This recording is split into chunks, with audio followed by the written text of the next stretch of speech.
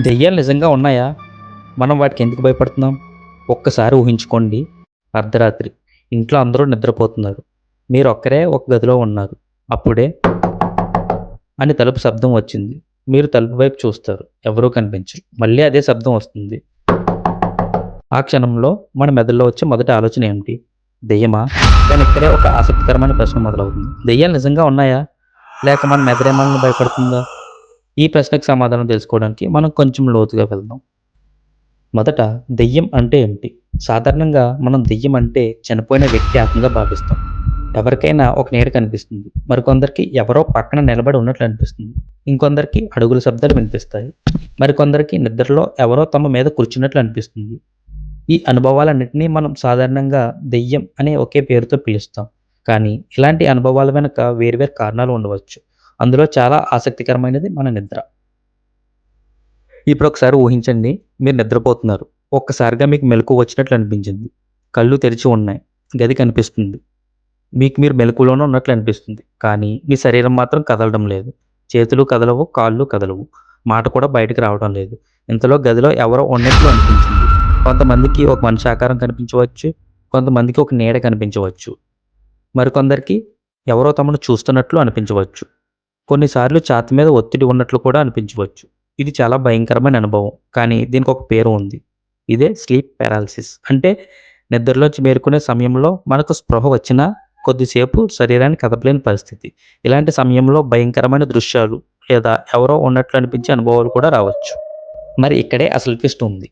ఒకే అనుభవాన్ని ప్రపంచంలోని ప్రతి ప్రాంతం ఒకే విధంగా అర్థం చేసుకోలేదు. ఒక ప్రాంతంలో దెయ్యం వచ్చింది అని అనుకున్నారు. మరొక సంస్కృతిలో చెడు ఆత్మ వచ్చింది అని నమ్మారు.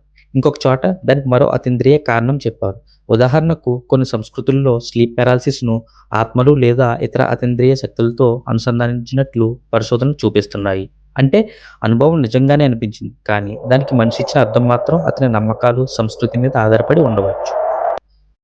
కానీ ఒక ప్రశ్న ఇంకా మిగిలే ఉంది. నాకు నిజంగానే ఎవరో కనిపించారు. అది కేవలం నా ఊహేనా? ఇక్కడ మన మెదడు గురించి తెలుసుకోవాలి.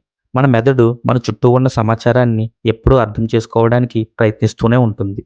చీకట్లో ఒక బట్ట వేలాడుతూ ఉంటే పగటిపూట చూస్తే అది కేవలం బట్ట.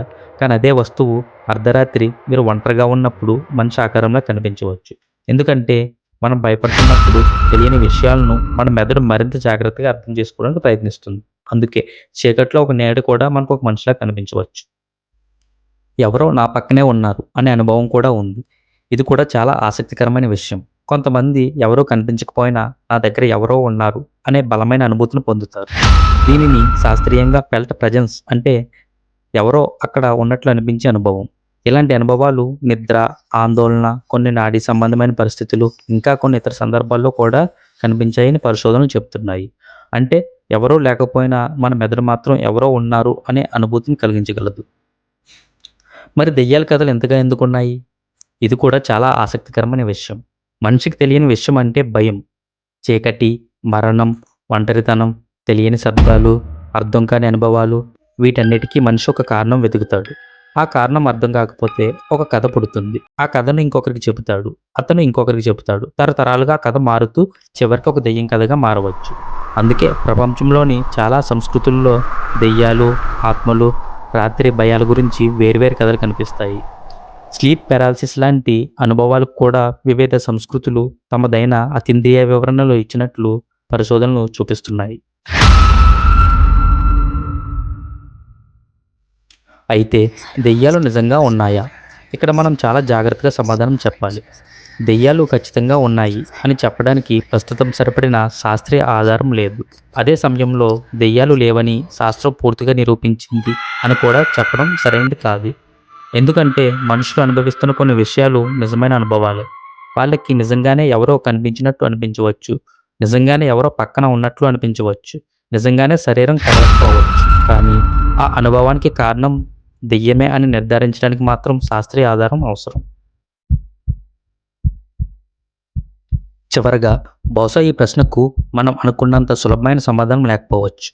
దెయ్యం ఉందా? లేదా మన మెదడు మనకి తెలియని విషయాలను ఒక కథగా మార్చుతుందా? సమాధానం ఏదైనా ఒక విషయం మాత్రం నిజం. మనిషి మెదడు మనం ఊహించే దానికంటే చాలా అద్భుతమైనది. మరియు మనకు భయంగా అనిపించే ప్రతి విషయం వెనక ఒక ఆసక్తికరమైన కథ ఉండవచ్చు. మీకు ఎప్పుడైనా దెయ్యం కనిపించినట్టు అనిపించిందా? లేదా ఎవరు లేని చోట ఎవరో ఉన్నట్టు అనిపించిందా?